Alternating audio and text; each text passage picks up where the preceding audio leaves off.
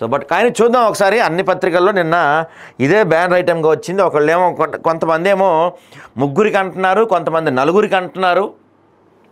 So mostly ఒక్కొక్క రాశారు. అదిగో మన ఆదాబ్లో ముగ్గురికి అని రాసాం మనం.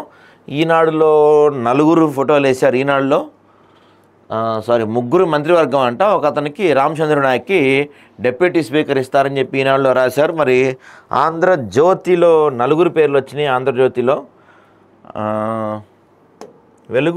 వెలుగు కూడా కొత్త మంత్రులుగా ముగ్గురని వేశారు. స్వేచ్ఛ వాళ్ళు ఏం వేసుకున్నారు, వీళ్ళు కూడా ముగ్గురే, రెడ్డికి లేనట్టే.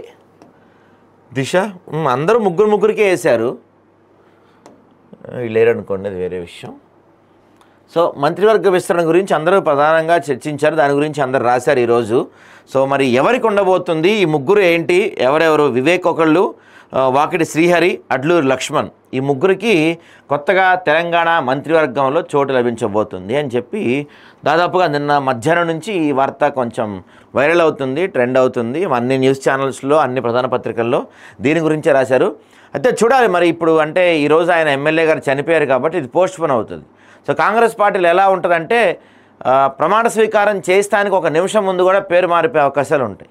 మరి ఇప్పుడు ఈ ముగ్గురికి కన్ఫామ్ అని చెప్పి బయటకు వచ్చేసింది. ఇప్పుడు పోస్ట్పోన్ అయితే ఈలోపు ఎవరన్నా లాబింగ్ చేసి మళ్ళీ ఇవి మారుస్తారేమో అనేది కూడా కొంత సస్పెన్స్ అయితే ఉంది.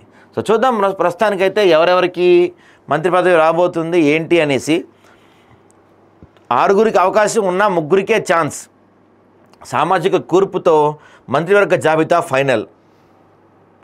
2 మంత్రులకు ఉద్వాసన తప్పదా? శాఖల కేటాయింపు మార్పుపై సీఎంతో మీనాక్షి నటరాజన్, మహేష్ గౌడ్ చర్చలు. మీడియా కథనాలతో ఢిల్లీకి పరుగులు పెట్టిన ఆశావహులు. కవ్వంపల్లి సత్యనారాయణ, వివేక్, వాకిటి శ్రీహరిలకు అవకాశం అంటూ లీకులు. సో మాట్లాడదాం ఒకసారి దీని గురించి డీటెయిల్గా చూద్దాం మనం. 6 ఖాళీల్లో ఇది వాళ్ళ మధ్యాహ్నం 12 గంటల 19 నిమిషాలకు రాజ్భవన్లో ప్రమాణం చేసే అవకాశం ఉందని చెప్తున్నారు. కానీ ఇది నిన్న అంటే ఈ గోపీనాథ్ గారి మృతికి ముందే పేపర్ ప్రింట్ అయి ఉంటుంది కాబట్టి ఉండదు ఇవాళ మంత్రివర్గ విస్తరణ. 90% కదా, 100% ఉండదు. ఇక 6 ఖాళీల్లో 3 మాత్రమే భర్తీ చేసే అవకాశం. బీసీ ఎస్సీ వర్గాలకే మంత్రివర్గ విస్తరణ పరిమితం. బీసీల నుంచి వాకిటి శ్రీహరికి క్యాబినెట్ బెర్త్ పక్కా. ఎస్సీల్లో మాలా మాదిగలకు ఒక్కొక్కరు చొప్పున. మాల సామాజిక వర్గం నుంచి వివేక్ ఛాన్స్. వివేక్ కన్ఫామ్ అయిపోయిందండి. అన్ని పత్రికల్లో ఎక్కడ చూసినా వివేక్గా రాశారు. ఎందుకంటే ఆయన ఎలక్షన్స్కి ముందు పార్టీకి పెద్ద ఎత్తున ఎలక్ట్రల్ బాండ్స్, ఫండ్స్ అవి ఇచ్చారు. ఏంది మేనేజ్మెంట్ కోటాలే చెప్పాలంటే. మిగతా వాళ్ళది వేరే కానీ మన వివేక్ది మాత్రం మేనేజ్మెంట్ కోట. ఈయనకి కన్ఫామ్, డౌట్ లేదు దాంట్లో. ఇక మాదిగల్లో కవ్వంపల్లి, అడ్లూరు లక్ష్మణ్లో ఒకరికి ఛాన్సు. ఎస్టీల నుంచి ఒకరికి ఇవ్వాలంటున్న సీఎం రేవంత్ రెడ్డి. ఓసీల నుంచి సుదర్శన్ రెడ్డి పేరు ప్రతిపాదన.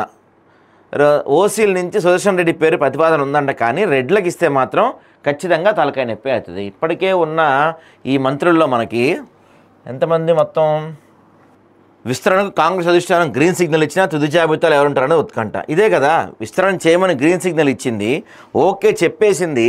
అయినా కూడా ట్విస్ట్ ఏమైందంటే ఇప్పుడు ఇవాళ వాయిదా పడుతుంది కాబట్టి మళ్ళోసారి మంచి రోజు చూసుకొని వీళ్ళు అనౌన్స్ చేసేప్పటికి ఇందులో చాలా పేర్లు మారిపోతాయి.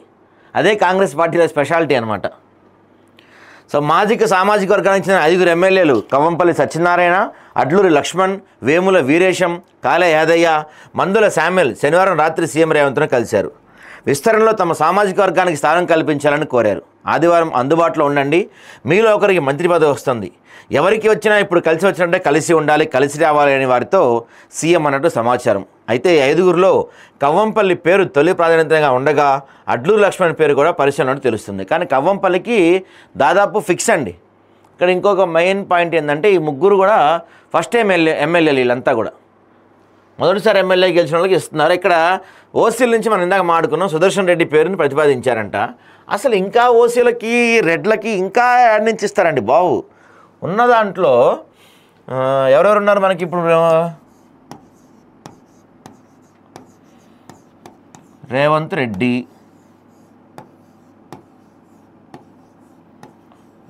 రెడ్డి, ఇంకా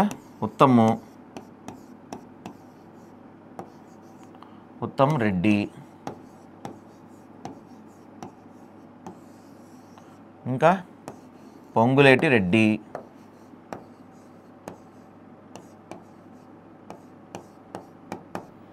పొంగులేటి రెడ్డి, ఇంకెవరు, రేవంత్ ఉత్తమ్, పొంగులేటి, మన కోమటిరెడ్డి వెంకటరెడ్డి ఉన్నాడు కదా, మళ్ళీ వీళ్ళ తమ్ముడికి కూడా కావాలంటున్నాడు ఇప్పుడు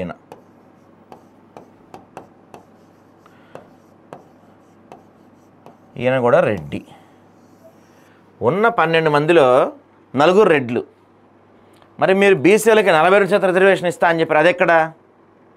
ఆ 42% రిజర్వేషన్ మంత్రివర్గంలోనే కనపడతలేదు, ఇంకా మీరు బయట ఆడిస్తారండి? మీరు బయట ఆడిస్తారు, మళ్ళీ ఇంకో రెడ్డికి ఇవ్వాలని ప్రతిపాదనంట. కొంచెం అన్న ఉండాలి కదా. మళ్ళీ అది కూడా దట్టు రెడ్డి. ఎంతమంది రెడ్లు ఉంటారు? మీది కాంగ్రెస్ పార్టీయా, రెడ్డి కాంగ్రెస్సా? ఇక్కడ ఇంకో పాయింట్ మనం ప్రధానంగా మాట్లాడుకోవాలి. బీసీలకి 42% రిజర్వేషన్ అని చెప్పారు. 18 మంది మొత్తం మనకి ఛాన్స్ ఉంటుంది, ముఖ్యమంత్రితో కలిసి 18 మందికి ఛాన్స్ ఉంటుంది. ఇందులో 42% అంటే ఎంత అండి? కనీసం 6-5 అన్నా రావాలి కదా. మరి ఇప్పుడు బీసీలు ఎంతమంది బీసీలకు మంత్రి పదవి ఉంది? ఒకళ్ళ ఇద్దరా? అంతమించి లేదు కదా. మరి ఇది ఎక్కడ న్యాయం? దట్టు మీరు ఇప్పుడు ఇంకోటి ఇచ్చిన ఈ బీసీ ఎవరు, మక్తల్ ఎమ్మెల్యే వాకిటి శ్రీహరికి మీరు దాదాపుగా ఖరారైంది. వాకిటి శ్రీహరి పేరు ఎప్పటి నుంచో వినపడుతుంది. వాకిటి శ్రీహరి ఎవరు? ముదిరాజ్ సామాజిక వర్గానికి చెందిన వ్యక్తి. మొన్న మీరే చెప్పారు, మీరు ఇచ్చిన కులగణనలో ఈ 42% రిజర్వేషన్లలో మీరు చేసిన కులగణనలో బీసీలు 46% ఉన్నారని చెప్పి వాళ్ళు లెక్కేశారు కదా. దాంట్లో ఇంకో తేలిన లెక్క ఏంటంటే బీసీల్లో అత్యధిక జనాభా ఉంది ముదిరాజులని తేలింది. బీసీల్లో కొంత బలమైన సామాజిక వర్గం ముదిరాజులు, బీసీల్లో కొంత డబ్బు ఎక్కువ ఉంది ముదిరాజులకి, కొంచెం బలమైన సామాజిక వర్గం ముదిరాజులకి. సో అట్లాంటి వాళ్ళకి మంత్రి పదవి అవసరం ఏముంది? బీసీల్లో వెనకబడిన కులాలు చాలా ఉన్నాయి. ఇంతవరకు ఒక్కసారి కూడా మంత్రివర్గంలోకి రాని కులాలు చాలా ఉన్నాయి. ఎప్పుడు మంత్రి పదవి చేపట్టిన కులాలు చాలా ఉన్నాయి. అలాంటి వాళ్ళు ఎవరికైనా అవకాశం ఇవ్వచ్చు కదా. అంటే మీకు కావాల్సింది ఏంటి? బీసీ ఓట్లు. బీసీలో అత్యధిక ఓట్లు ఉంది ఎవరికి? ముదిరాజులకి. కాబట్టి ఆ ముదిరాజుల లైన్లో పెడితే బీసీ ఓట్లు మొత్తం మనకి అనే ప్లాన్ తప్ప నిజంగా మీకు బీసీల మీద ముదిరాజుల మీద ప్రేమ ఏం కనపడుతుందా మాకు ఇక్కడ? మొత్తం ఈ మంత్రివర్గ విస్తరణ కూడా ఎట్లుందంటే దాన్ని ఏదంటారు, అంతా ఒక కలగాపులంగా ఉంది అంతా కూడా. ఇప్పుడు చెప్తున్నా కదా, రాసి పెట్టుకోండి, ఈ మాట గుర్తుపెట్టుకోండి. ఖచ్చితంగా ఈరోజు ఖచ్చితంగా మంత్రివర్గ విస్తరణ వాయిదా పడుతుంది. ఎమ్మెల్యే చనిపోయారు కాబట్టి ఇది మళ్ళీ వారంకో 10 రోజులకో పోస్ట్పోన్ అవుతుంది. ఈలోపు ఇందులో ఖచ్చితంగా పేర్లు మారతాయి. 100కి 100% ఇందులో పేర్లు మారతాయి. యాక్చువల్గా 6 బెర్తులకు అవకాశం ఉంది, కానీ 3 ఇచ్చారు. ఎందుకంటే ఇంకో 3 సస్పెన్స్లో పెట్టి, ఇదిగో మీరు ఈ స్థానిక సంస్థల ఎన్నికలు గెలిపించండి, ఆ గెలిపించిన తర్వాత మీకు మిగతా 3 ఇస్తామని చెప్పి కొంతమందికి ఏదో ఒక బిస్కెట్ వేసి ఉంటారు. కానీ గ్యారంటీగా ఈ 3 పేర్లలో 1-2 పేర్లు 100% మారితే దాంట్లో ఎటువంటి డౌటే లేదు. పాపం చూడండి, అందరు రాసుకున్నారు. నిజంగా ఎంకిపెళ్ళి సుబ్బి చావుకు వచ్చినట్టు ఇక్కడ అనకూడదు, కానీ గోపీనాథ్ గారి చావు వీళ్ళందరి పాపం తలనొప్పికి వచ్చింది. ఎందుకంటే 18 నెలలు 19 నెలల నుంచి అదిగో మంత్రివర్గ విస్తరణ, ఇదిగో మంత్రివర్గ విస్తరణ, ఇంకేముంది మాకు పదవి అని చెప్పి పాపం ఎన్నో ఆశలు పెట్టుకున్నారు. తీరా అంతా అయిపోయింది. వాళ్ళ మధ్యాహ్నం ప్రమాణ స్వీకారం అనుకున్న టైంలో వీళ్ళకి అనుకోకుండా మళ్ళీ వాయిదా పడే అవకాశం కనపడుతుంది. ఎన్నాళ్ళలో వేచిన మంత్రివర్గ విస్తరణ చివరికి ఇన్నాళ్ళకు జరగబోతుంది. ఆశావహులు, సామాజిక సమీకరణాలు వంటి అంశాలతో ఎన్నోసార్లు వాయిదా పడుతూ వచ్చిన రాష్ట్ర మంత్రివర్గ విస్తరణకు కాంగ్రెస్ అధిష్టానం నుంచి ఎట్టకేలకు గ్రీన్ సిగ్నల్ లభించింది. ఆదివారం మధ్యాహ్నం 12:19 రాజ్భవన్లో కొత్త మంత్రుల ప్రమాణ స్వీకారం జరగనుంది. మంత్రివర్గంలో 6 ఖాళీలు ఉండగా అన్నీ కాకుండా ప్రస్తుతానికి పాక్షికంగా మాత్రమే భర్తీ చేయనున్నారు. ఈ దఫాలో కేవలం 3 తీసుకోవాలని ప్రాథమికంగా నిర్ణయించినట్టు సమాచారం. అది కూడా బీసీ, ఎస్సీ సామాజిక వర్గాలకు చెందిన ఎమ్మెల్యేకే చోటు దక్కుతుంది. బీసీల నుంచి నారాయణపేట జిల్లా మక్తల్ ఎమ్మెల్యే వాకిటి శ్రీహరికి అవకాశం లభించనుంది. ఆయన ముదిరాజ్ సామాజిక వర్గానికి మంత్రి స్థానం కల్పిస్తానని సీఎం రేవంత్ రెడ్డి గతంలో ప్రకటించారు. ఈ వర్గం నుంచి ఎన్నికైన ఏకైక ఎమ్మెల్యే శ్రీహరి కావడంతో ఆయనకి బెర్త్ ఖాయమైంది. ఇక ఎస్సీల నుంచి మాల సామాజిక వర్గానికి చెందిన మంచిర్యాల జిల్లా చెన్నూరు నియోజకవర్గ ఎమ్మెల్యే జీ వివేక్ అవకాశం దక్కబోతుంది. ఎందుకంటే మొన్న ఎస్సీ రిజర్వేషన్ జరిగింది. సో ఆ ఎస్సీ రిజర్వేషన్ జరిగినప్పుడు వీళ్ళు కొంత బాధపడ్డారు. దీంట్లో కొంత ఈయన కూడా గట్టిగా వాళ్ళ ఈ వాణి అది బలంగా వినిపించారు. కాబట్టి అందులో పైగా ఇందాకే చెప్పా కదా, మేనేజ్మెంట్ కోటా అనమాట. ఈయనకి హామీ ఇచ్చారు ఎప్పుడో.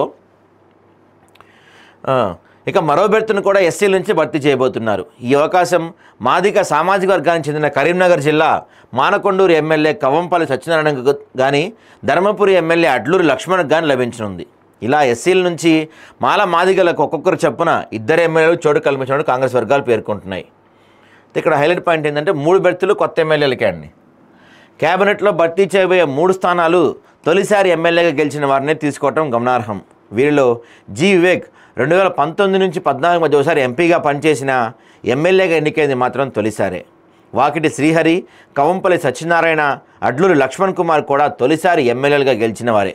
అయితే ఇది తుది జాబితా కాదన్న అభిప్రాయాలు ఉన్నాయి. బీసీ ఎస్సీలతో పాటు ఒక ఎస్టీకి, అదే సమయంలో ఓసీల నుంచి సీనియర్ ఎమ్మెల్యే సుదర్శన్ రెడ్డికి అవకాశం ఇవ్వాలని స్వయంగా రేవంత్ రెడ్డి పట్టుబడుతున్నట్టు తెలుస్తుంది. ఇంకెట్లా ఇస్తారు? సరే, ఎస్టీకి ఇచ్చారంటే ఒక అర్థం అండి, మేము కాదంటున్నా, మేము కూడా సపోర్ట్ చేస్తాం. కానీ ఇంకా ఓసీలకి ఎందుకు? ఎంతమంది ఓసీలకి ఇస్తారు మీరు? మంత్రివర్గంలో ఇప్పటికి ఎంతమంది ఉన్నారు? ఇంకెంతమందికి ఇస్తారు? ఎస్టీలకి ఇవ్వండి, లేకపోతే ఓసీలకి నిజంగా మీకు ప్రేమ ఉండి ఇవ్వాలనుకుంటే రెడ్లేనా? ఇంకా ఓసీలు ఇంకా మిగతా క్యాస్టులు లేవా? మిగతా ఎమ్మెల్యేలు లేరా?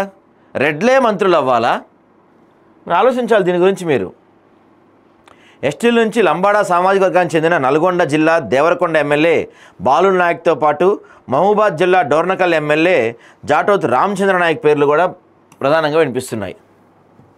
అంతటా చర్చ, అంతటా సస్పెన్స్. మంత్రివర్గ విస్తరణ శనివారం మధ్యాహ్నం నుంచి అర్ధరాత్రి వరకు ఊహాగానాలు సాగాయి.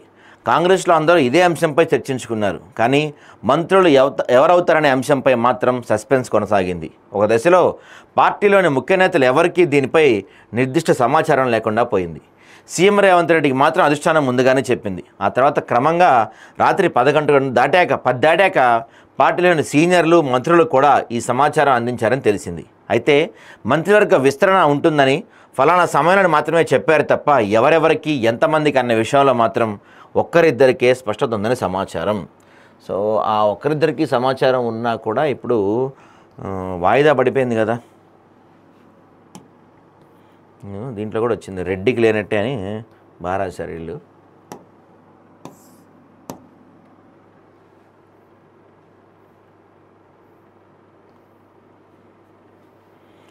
మైనార్టీ కోటాలకు కూడా ఒకళ్ళు ఇవ్వాలి, ఎవరు లేరు కదా మైనార్టీలో. ఇక ఎస్డీ నుంచి లంబాడ డిప్యూటీ స్పీకర్ బాలు నాయక్ అవకాశం ఇచ్చే ఛాన్స్ అన్నట్టు తెలుస్తుంది.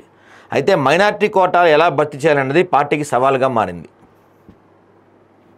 మైనార్టీ ముస్లిం కోటాలో ఎవరూ ఎమ్మెల్యేగా గెలవకపోవడంతో ఈ సమస్య వచ్చింది. దీంతో రాబోయే ఎమ్మెల్సీ ఎన్నికల్లో ఒక నేతకు ఛాన్స్ ఇచ్చి క్యాబినెట్లో తీసుకోవాలని ప్రయత్నాలు జరుగుతున్నాయి. మన ఈ నాంపల్లి నుంచి ఫిరోజ్ ఖాన్ పాపం ఎప్పటి నుంచో పార్టీ కోసం కష్టపడుతున్నాడు కదా. అలాంటి వ్యక్తుల్ని ఎమ్మెల్సీ చేసి అలాంటి వ్యక్తులకి మంత్రి పదవి ఇస్తే ఆయన పార్టీ కోసం గట్టిగా కొట్లాడతాడు, మీ దీన్ని బలంగా తీసుకెళ్తాడు, ముస్లిమ్స్లో కొంచెం మంచి పేరు తేగలుగుతాడు.